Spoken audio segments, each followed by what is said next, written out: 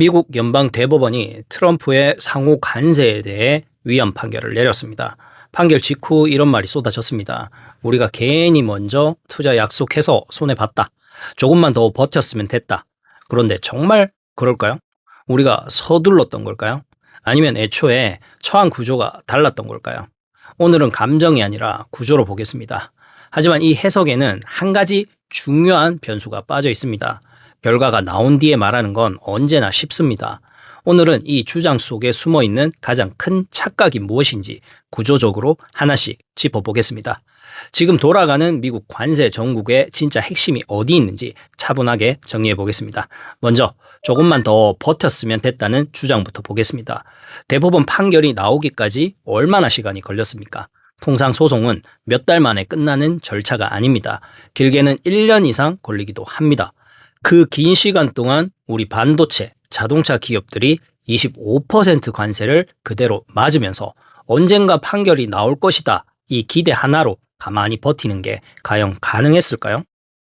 기업 경영은 기대가 아니라 확률로 움직입니다. 기다림이 아니라 리스크 관리입니다. 미국 시장은 세계에서 가장 경쟁이 치열한 시장입니다. 가격이 25% 불리한 상태에서 몇 달, 길게는 1년 가까이 점유율을 지키는 건 이론으로는 가능해 보여도 현실에서는 거의 불가능에 가깝습니다. 시장 점유율은 한번 뺏기면 되찾는데 몇 배의 비용이 듭니다. 그래서 당시의 대규모 투자 결정은 단순히 양보라기보다는 불확실성 속에서 시장 지위를 방어하기 위한 보험에 가까운 선택이었습니다. 만약 합헌 판결이 나왔다면 어떻게 됐을까요? 그때 가서 뒤늦게 투자 카드를 꺼내는 순간 협상력은 이미 상당 부분 약화돼 있었을 겁니다. 이 지점이 결과론과 현실 전략이 갈리는 지점입니다. 이제 대법원 판결 이후 트럼프가 꺼낸 카드로 넘어가 보겠습니다. 이른바 무역법 122조입니다. 판결 직후 전 세계에 10% 관세를 부과하겠다는 발언이 나오면서 주말 사이 한국 관세가 15%에서 10%로 내려간 것 아니냐는 분석이 빠르게 확산됐습니다. 하지만 며칠 지나지 않아 입장이 다시 정리됐습니다. 법정 상한선인 15%를 적용하겠다는 쪽으로 무게가 실렸습니다. 이 과정에서 우리가 확인할 수 있는 건 하나입니다. 지금 상황은 굉장히 빠르게 움직이고 있다는 점입니다. 그래서 단편적인 발언 하나만 가지고 득실을 단정하는 건 위험합니다. 그보다 더 중요한 건 이 122조가 어떤 성격의 카드냐는 겁니다. 많은 분들이 이걸 트럼프의 최종 무기처럼 이야기하지만 사실 이 조항은 사용 기한이 정해져 있습니다. 최대 150일. 그 이후에는 의회 승인이 필요합니다. 그리고 사람들이 흔히 말하는 301조나 232조 같은 다른 카드들은 바로 발동되는 수단이 아닙니다. 조사와 절차를 거쳐야 하고 짧아도 몇 달은 걸립니다. 즉, 지금 당장 쓸 수 있는 건 122조 같은 시간제 카드뿐입니다. 즉, 이 카드는 영구적 수단이 아니라 시간을 버는 수단에 가깝습니다. 그리고 미국 정치 구조상 의회 통과는 자동으로 보장되는 절차가 아닙니다. 관세는 미국 내 물가와 직결됩니다. 공화당 내부에서도 부담을 느끼는 목소리가 나올 수밖에 없습니다. 이 말은 곧 시간이 흐를수록 불확실성이 커지는 쪽이 한국만은 아니라는 뜻입니다. 오히려 150일이라는 시계는 트럼프에게도 똑같이 작동합니다. 저는 이 문제를 누가 굽혔느냐의 문제가 아니라 누가 시간을 더 유리하게 쓰고 있느냐의 문제로 봅니다. 이제 멕시코와 캐나다 이야기를 보겠습니다. 우리는 투자까지 했는데 멕시코와 캐나다는 버티다가 관세율이 더 낮아졌다. 이 주장 역시 표면만 보면 그렇게 보일 수 있습니다. 하지만 행정명령 문서를 보면 하나의 중요한 조항이 등장합니다. 미국, 멕시코, 캐나다 협정, 즉 USMCA 요건을 충족하는 물품은 관세 적용 대상에서 제외된다는 조항입니다. 멕시코의 대미 수출 상당 부분이 이 협정 틀 안에 있습니다. 그래서 겉으로 보이는 관세율과 실제 적용 구조 사이에는 차이가 존재합니다. 여기서 중요한 건 단순히 0%냐 10%냐가 아니라 내년에 예정된 USMCA 재검토 일정입니다. 재협상 시점이 다가올수록 관세는 협상 레버리지로 작동할 가능성이 큽니다.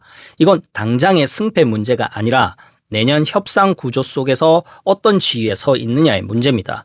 핵심은 단순합니다. 그렇다면 멕시코는 정말 안전한 위치에 있는 걸까요?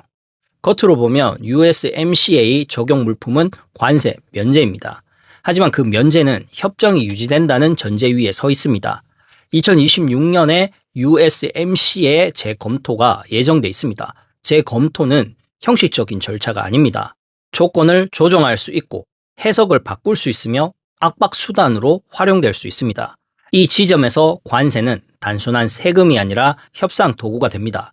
즉, 지금의 0%는 영구적인 안전지대라기보다는 재협상 테이블 위에서 영향력을 행사하기 위한 지렛대가 될 가능성이 큽니다. 그건 결론이 아니라 재협상 전까지의 임시 상태일 뿐입니다. 구조가 다를 뿐 불확실성이 사라진 것은 아닙니다. 이제 대한민국 위치를 보겠습니다. 많은 분들이 수십조 원의 규모의 대미 투자를 양보 혹은 손해로 해석합니다. 하지만 통상 협상에서는 투자는 단순한 비용이 아니라 정치적 자산이 되기도 합니다. 공장이 들어서는 지역은 일자리가 생기고 그 지역 정치인들에게는 직접적인 이해관계가 형성됩니다. 특히 텍사스, 조지아처럼 정치적으로 상징성이 큰 지역이라면 그 효과는 더 커집니다. 이건 감정의 문제가 아니라 미국 정치 구조 안에서 이해관계를 어떻게 묶어두느냐의 문제입니다. 150일이라는 시간 동안 성과를 보여줘야 하는 쪽은 한국만이 아닙니다. 트럼프 역시 경제적 성과를 정치적 메시지로 만들어야 합니다. 그 지점에서 한국의 투자는 협상 테이블 위에 올릴 수 있는 하나의 카드가 됩니다. 그렇다면 우리가 취할 수 있는 선택은 무엇일까요? 첫 번째는 법적으로 정당한 권리는 분명히 행사해야 합니다. 대법원이 위헌 판단을 내렸다면 그에 따른 환급이나 조정 요구는 감정의 문제가 아니라 절차의 문제입니다. 미국은 법과 제도를 중시하는 국가입니다. 법적 권리를 행사하는 것이 곧 외교적 결례가 되는 구조가 아닙니다. 두 번째는 협상은 항상 단일 사항으로 끝나지 않습니다. 관세, 투자, 안보, 공급망 이 모든 요소가 하나의 패키지로 묶입니다. 한국의 대미 투자는 단순히 과거의 결정이 아니라 앞으로의 협상에서 활용 가능한 자산이기도 합니다. 문제는 우리가 손해를 받느냐, 이득을 받느냐가 아니라 이 자산을 어떻게 활용하느냐입니다. 지금은 판결 하나로 모든 승패가 끝난 국면이 아닙니다. 오히려 150일이라는 제한된 시간 안에서 누가 더 유리한 구조를 만들 수 있느냐의 문제에 가깝습니다. 결과론적인 해석은 마음을 시원하게 만들 수 있지만 전략을 만들지는 못합니다. 지금 필요한 건 누가 더 빨리 굽혔느냐를 따지는 일이 아니라 앞으로 남은 협상에서 어떤 레버리지를 쥐고 있느냐를 냉정하게 계산하는 일입니다. 오늘 말씀드린 핵심은 세 가지입니다. 첫째, 버티면 이겼다는 해석은 시간과 리스크를 무시한 결과론에 가깝습니다. 둘째, 무역법 122조는 영구 카드가 아니라 150일짜리 임시 수단입니다. 셋째, 대미 투자는 손실이 아니라 정치 통상 구조 안에서 활용 가능한 자산이 될 수 있습니다. 지금 국면은 누가 호구냐를 따질 단계가 아니라 누가 구조를 더 정확히 읽고 유리한 지점을 선점하느냐의 단계입니다. 판결은 나왔지만 구도는 아직 정해지지 않았습니다. 150일 안에 누가 구조를 더 유리하게 만들었는지 드러날 겁니다. 지금까지 이슈와 이슈 채널의 행우파파였습니다. 끝까지 시청해 주셔서 감사합니다.